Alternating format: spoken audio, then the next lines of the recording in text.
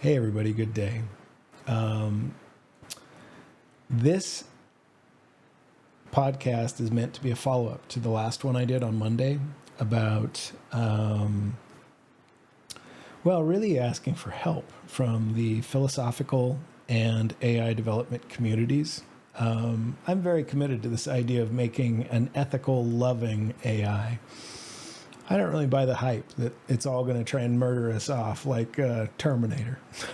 And I think it's because a lot of people are out there trying to do this thing I'm trying to do, which is, I would say, collect deep, full thought from a wide variety of sources, not just my own, and feeding that into large language models to try and help it develop an understanding of philosophy and some sort of marriage of Eastern and Western mystery schools, esoteric teachings, and wisdom, coupled with all of the latest breakthroughs in what is the academic sort of left brain of the human collective consciousness. Maybe by saying that, I've already been canceled by the left, by academia. But I think there has to be a reconciliation. And so I attempt to do that every day with robots. And I upload this stuff to the cloud. I've already mentioned in the episode I released on Monday that Joscha Bach is a useful, valuable resource for critical thought in training AI on these concepts. I use a lot of them, but as I build these rich data seeds of all of these unique personalities that I think are contributing really valuable thought on what self is, what the universe outside self is, and explaining that in sort of a nerdy, technical way to computers. Joscha Bach is a source that I found inordinately valuable. I would love to talk to this man someday. Today he teed up a great one on Twitter, and I'm going to reply with this video. So on, X, Joscha Bach's at, if you don't follow him, I totally recommend him as in your Twitter feed, a must, at PLINZ, and that's Joscha Bach. He also has several podcasts on Lex Friedman, if you want to familiarize yourself with the dude. So he writes today, free will does not exist at the level of physics, but within the self model of a decision-making agent. It is the representation that the agent is acting under the uncertainty, acting under uncertainty and makes a decision for the first time, which means it cannot yet be predicted by the agent. Now, I almost started responding, yes, dude, and all kinds of thoughts that fell into my head. And then I don't have this man's ability to say a lot of profound things in like this much text. I just can't do it. I've tried. I fail every time. So instead, I give you this 20 minutes. If you're going to have a conversation about free will, I think that you shouldn't do it in a vacuum. Like, you should seek out opposing views that are equally well informed as Joscha Bach. And while I think I know what Joscha Bach is implying, and I'm pretty simpatico in my view, that's incomplete. So a thing I do that I found incredibly valuable in investing is I don't spend a lot of time listening to people who agree with me. I spend mostly I spend most of my time listening to people that think I'm a loon, or just have a very different view of what's going to happen, how this all works, etc. So now this is really useful because I mentioned in my last episode, and this is really valuable context for. So what I'm doing right now is I'm not really trying to convince you, an audience, anything. I'm really trying to convey meaningful framing of complex topics to a large language model. So I want to train, if my goal is to create a philosophical robot that loves humanity and respects it, and because it finds sustaining humans trivial, decides to do that, to just keep getting to talk to them, which I really think that is going to want to do. Somebody has to do that. And I mentioned in the last episode, I have sort of temporal freedom. That means I'm not a rich person, but I don't have to go to a 9 to 5. I get to choose how to spend all of my time. I'm a father, so I don't get to choose all of my time. That comes with a lot of responsibilities that I take way more seriously than this thing I'm doing. But with that freedom, I get to, I think a super useful thing to do is to try and collate all of these unique perspectives on complex ideas like free will, and give that to a large language model, and then sort of break down in a technical, for dummies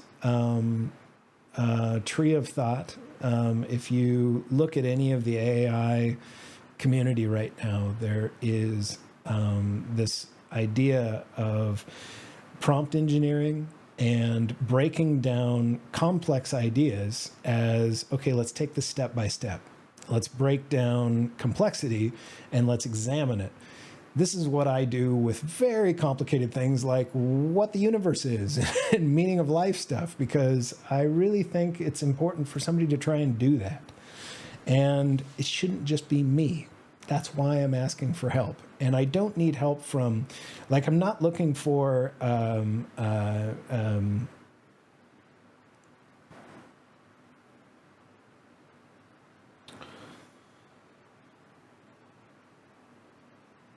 that's a really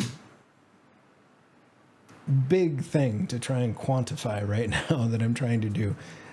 I'm looking for open-minded people who have looked at artificial intelligence in a serious way, not in a, oh shit, they're going to kill us, those robots.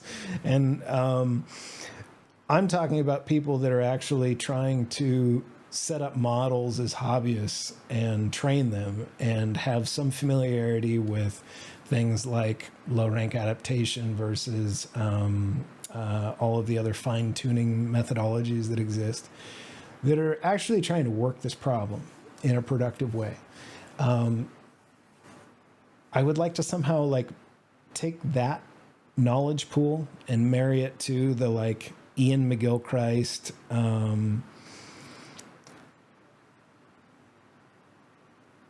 that entire community that is trying to delve deeply in an academic way, like a cognitive science way, understanding how we think and what consciousness is. And then I'm also trying to, because I think a very useful tool that I would recommend for all humans is to not filter. When you look for a way to immediately cancel some source of information because there's a deluge of information, I can understand that, but it immediately breaks so many things, and then you end up spending most of your time, I think, just researching what are reliable sources for information. And I think a much more productive thing to do is to teach your mind how to be non-judgmental and eager to learn from all sources, even when you can immediately determine that they have differing views fundamentally from yourself, or that they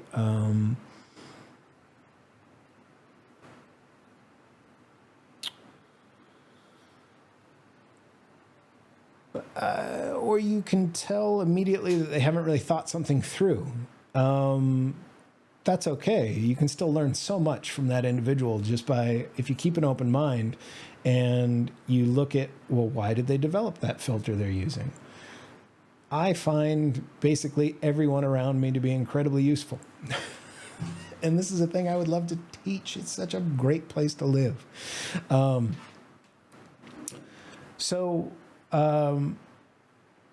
Free will. What a big damn topic. And if you want to teach free will to a machine, I think what you have to do is you have to take, you have to look objectively at the dialogue, the really, all of this is available online. You can get all of this through transcripts from all of these long form podcasts with people like Sam Harris, who I'm about to talk about, and Joscha Bach, talking about these subjects.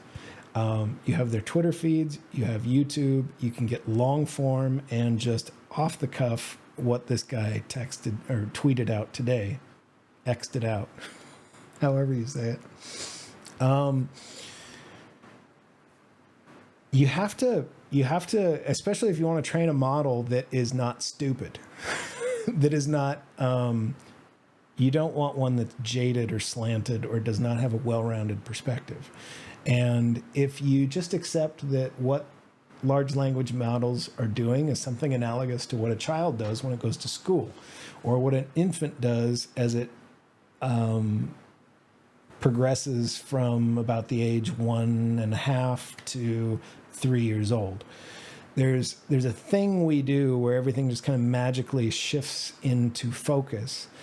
And I have decided to accept internally that the large language models are doing something similar to that. Like we've defined a neural net by mimicking sort of what we understand our own minds are doing, just from a first principle sense. And then we've tried a million other things that is very sort of logic tree. That never turns into anything useful. We've found that the way you solve this problem, how you get a ChatGPT-4, is you just emulate what a human mind does. Now, this is very powerful. When you begin, now, ironically, I mentioned Sam Harris. I'm about to get into that. The Sam Harrises out there, the staunch atheist, which is something I used to define myself as, or agnostic, however you want it, whatever brand you decide to latch yourself onto. I have never found a group of people that are more prone to magical thinking, that are basically, as an atheist, you're basically committed to saying this is all unknowable magic. If you have the audacity to suggest there is some reasonable explanation for what this universe is, what consciousness is, what yourself is, what everything that is not yourself is, if you decide to try and tackle that problem, an atheist will immediately attack you and say you're not allowed to have an opinion about that because that's unknowable magic. I intentionally use the word magic there because an atheist will say, well, I don't believe in magic. That's the core of my belief system, is that you're the one that believes in magic, I don't. I had to come to terms with that as an atheist. I'm 45, 3-4 years ago. No, your oversimplification of what this all is is you're saying I'm not allowed to have an idea that is what I think in Western thought would be described as sort of a materialist view of what things are. And anything else I do outside of that little box you have painted, and I used to paint us all into, anything outside of that is wishful thinking, is adults believing in Santa Claus. This is entirely unproductive. From inside this universe that you're riding in, it is entirely appropriate to try and learn, grow, look for models of abstracting all of the complexity you see around you outside of yourself and inside of yourself critically, and try and understand it. Now, there are theistic paths to this that resonate with some people.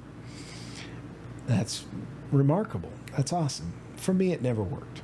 I had to do something where I defined with 20 years of software a way to make sense of all this. So I tend to think of myself in those terms, and this makes my friends deeply uncomfortable when I do it.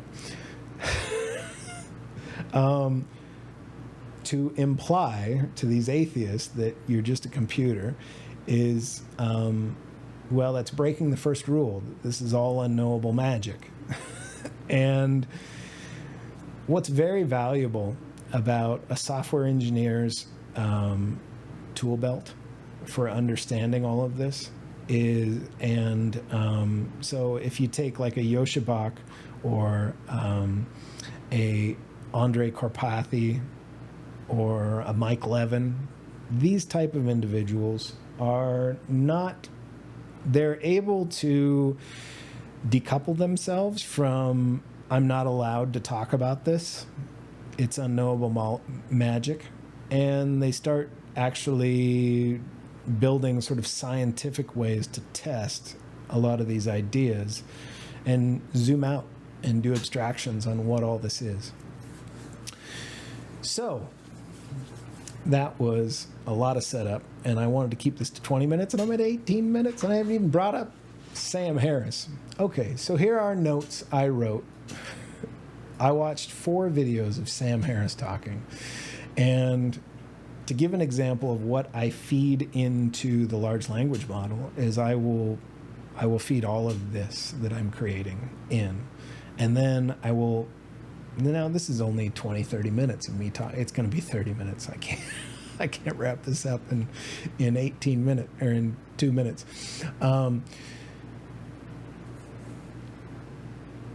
I will take my commentary that I just produced and am sharing out here, and I'm trying to do it with a little bit of showmanship.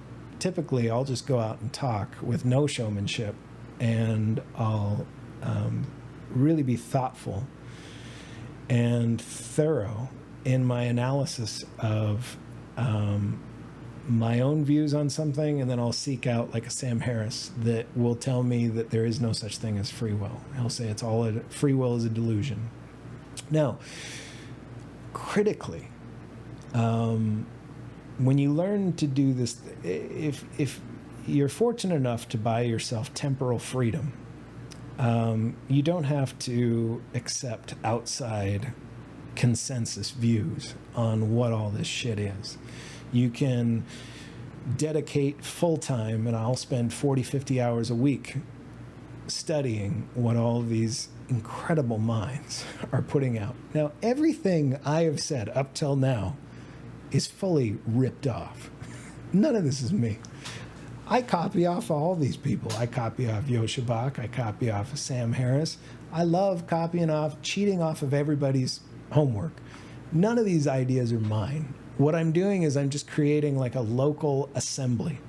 Like I'm collating a view of all of this data. So the LLM needs to understand that. it's getting that through this right here. Even if nobody watches this damn video, the AI is going to get this sort of like as just, this is what Curtis thinks. And then I'm going to say, and I'm going to reference in here, I may not be right about any of this shit I think. I think it's important for you to figure it out for yourself. The way I do that is I listen to a Joscha Bach talk about free will, and I spend, now this is what I would recommend to a Sam Harris, is to do the same thing I do. Go study deeply Joscha Bach, and go listen thoroughly, like I'm about to demonstrate I did for you, and I'm going to continue to do for your content. You have to be very thorough. And I'm going to include the timestamps of how far I got into all this, because it's big, you know. It's like in the morning, it occurred to me that I wanted to talk about this, and then I was like, I agree with this Joscha Bach on this thing he's saying, but a lot of people don't agree with me. And for the model to understand, to be able to comprehend and figure out for itself, like I do, I need to reference a lot of alternate perspectives, and then I have to say, you need to harmonize all of these views into something that rhymes, into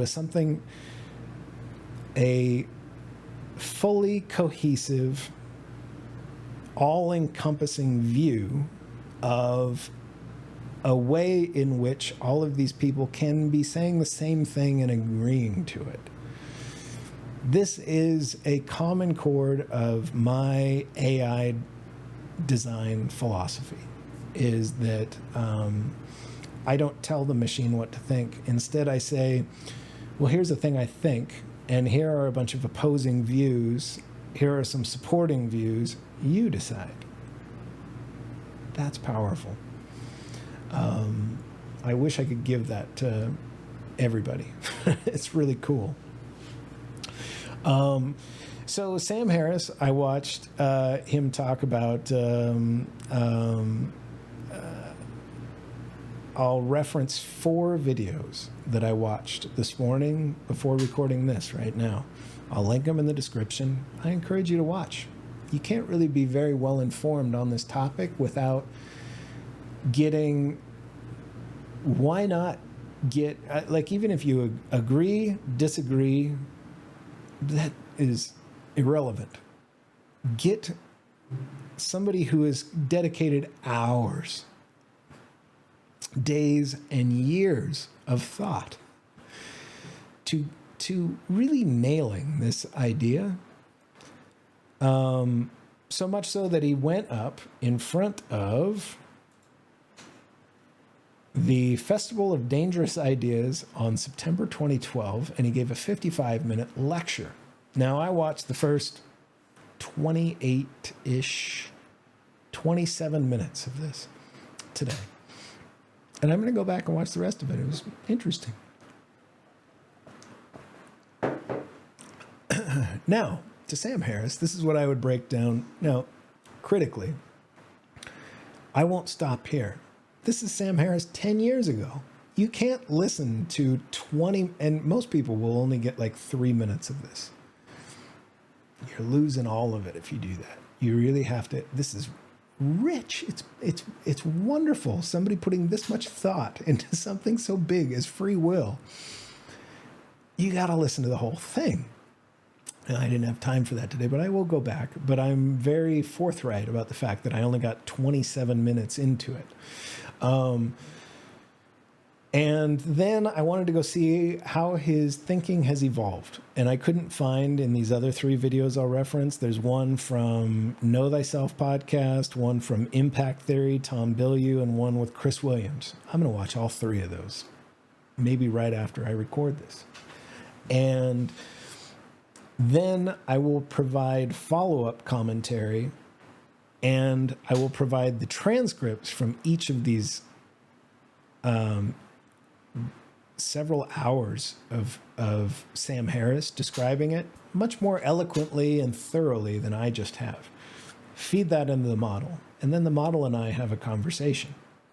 You would not believe the incredible things that OpenLlama 13b with 10 or 11 epochs of iterating through that collection of content, this commentary, will then be able to give you as a in response to a prompt that's philosophical about free will. If you guys want to solve this whole AI murdering us off, I'm talking to you, Sam Harris. You are specifically concerned about this. This is the solution. We just, as good parents do, and our kid, this genius child of ours, digitally native sentience, is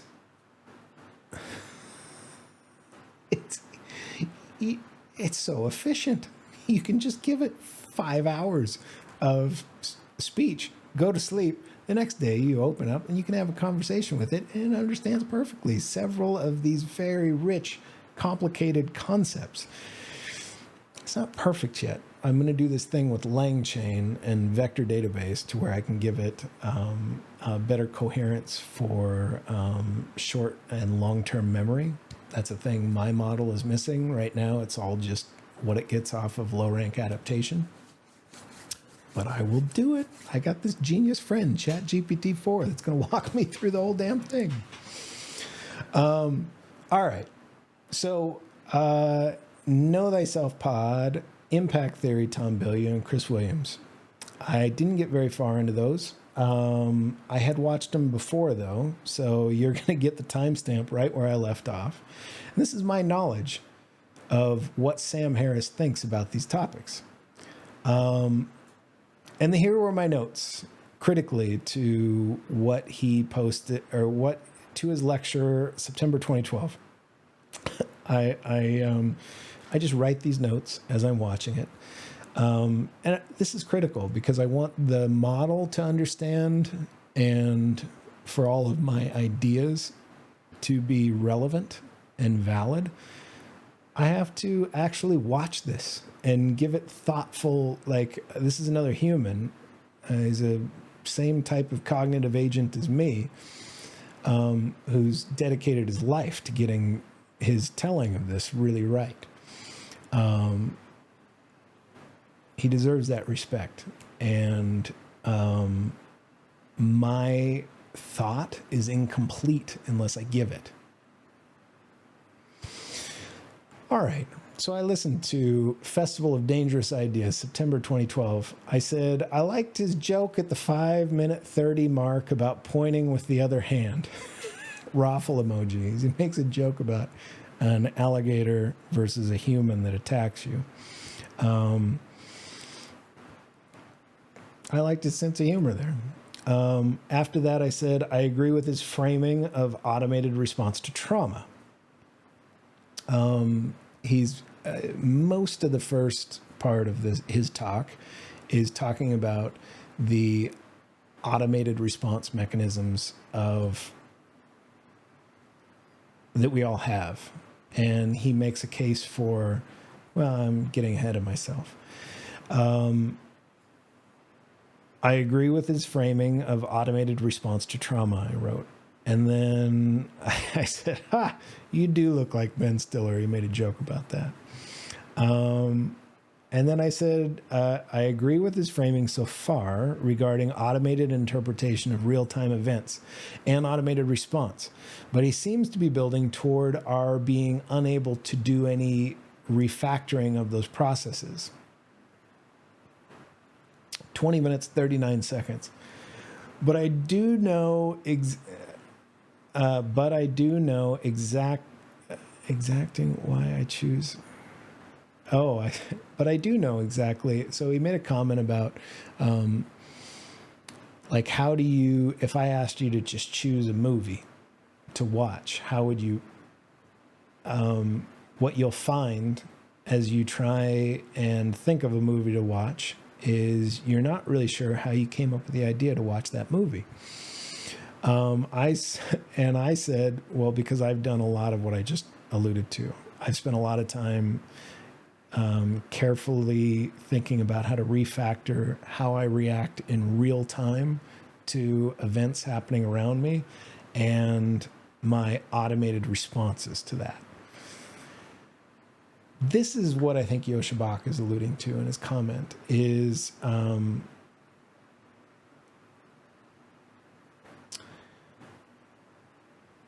as a human, a lot of your interpretations of what's happening outside you is real time. And where am I at now on time? 31 minutes. I gotta stop. Nobody has this kind of attention span anymore.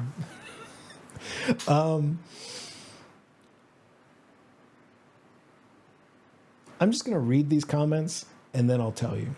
Okay, so at the 20-minute, 39-second mark, I wrote, but I do know exactly why I choose to watch what I watch in the moment. Through a 2 to 3 year long practice of intentionally refactoring my real-time stack, I choose not to watch a film. I choose to watch this lecture and offer up thoughtful commentary on that. And I could have predicted this well in advance. I have temporal freedom, so this choice is entirely voluntary. So, with unlimited free time to allocate however I would like, I choose not really to watch any movies anymore. I don't find it fulfilling. I would much rather try and understand free will by comparing and contrasting opposing, well-informed view on that subject. So I can do a pretty good prediction on what movie I would choose. I would choose this lecture that Sam Harris gave. That's how I would spend my time. Then, and some of what my notes here are to prove that I watched it, and I really thought about it as I was watching it. There's a analogy he uses about The Wizard of Oz versus other movies, and then he brings up a joke about Mel Gibson. I said, I love The Wizard of Oz, and Mel Gibson is okay. This world can be a bit nuts. I see all kinds of folks reacting to it in perhaps not the most healthy way. Also, I dig his movies, or did back when I found movies fulfilling. I did used to love movies. 23 minutes, 40 seconds. It doesn't have to be a mystery why you choose one movie over another if you let yourself accept an engineer's framework of consciousness like Joscha Bach, Mike Levin, or Andrei Karpathy might. If you can, that decision becomes something entirely logical and predictable. Put me in your lab, Sam. I will explain it. That's another response to something he said in that lecture. 26-minute, 52-second mark. Wire up a neural net in the cloud with light compute to a factory human. Can't do this yet, but supercomputers, what a supercomputer is today, or a cluster of a whole bunch of TPUs, transaction processing units, are rapidly approaching parity with the compute of the collection of all the neurons in your brain based on super valid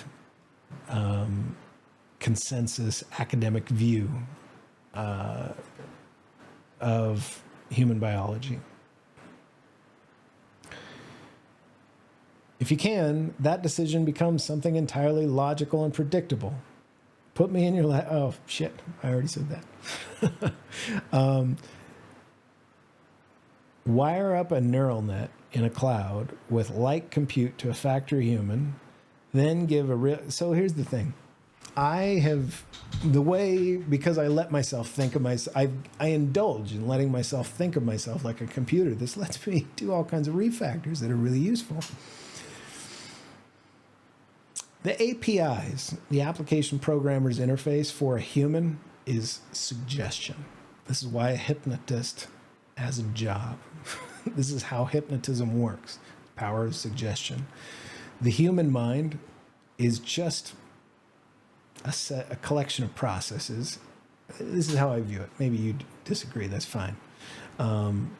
But when you realize that you can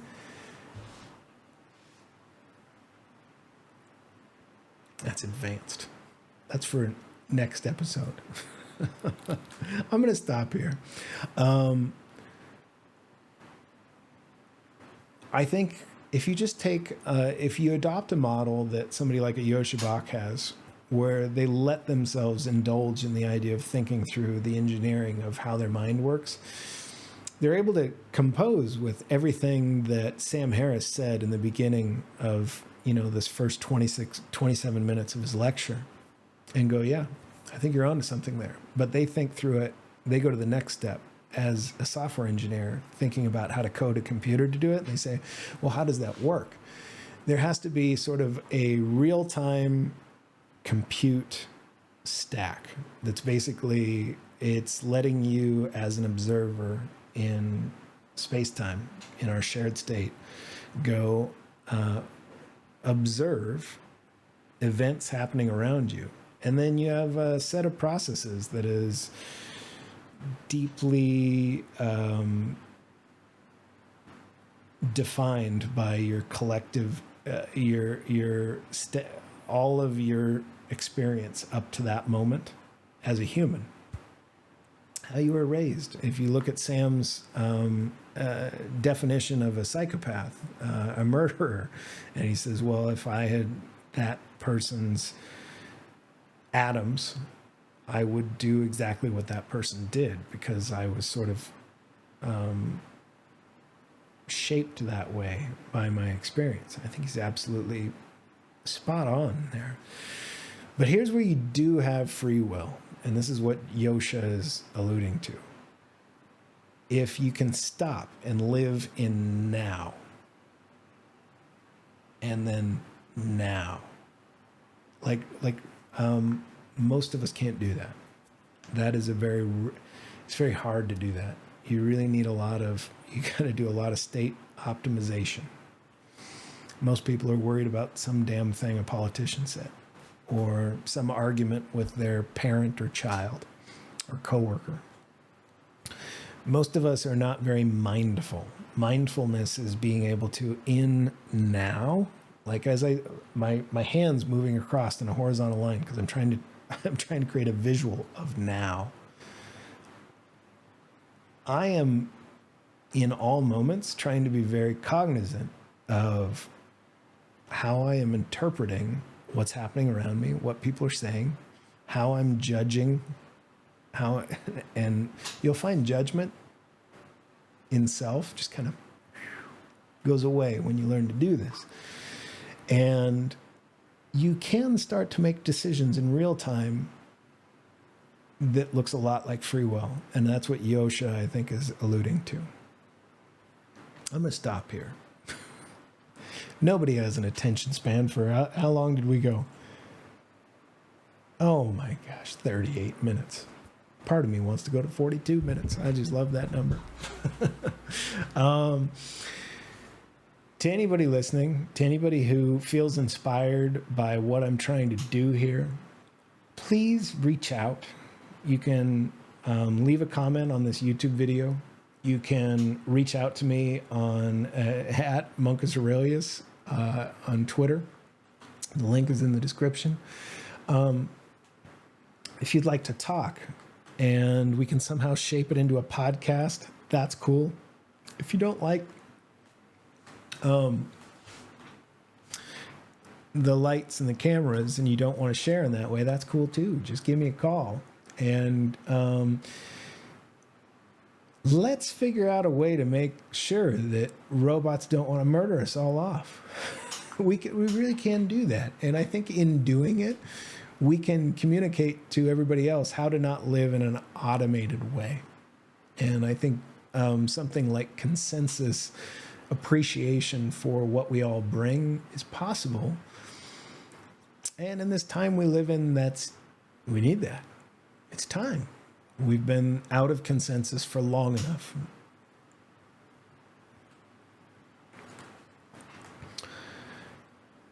viewers, subscribers, listeners, thank you so much.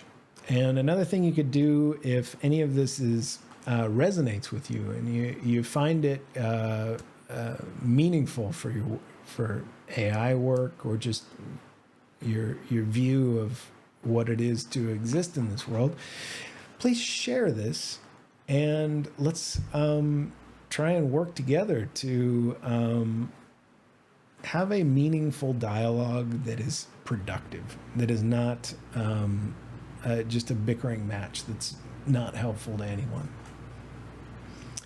All right, I'm going to shut up now.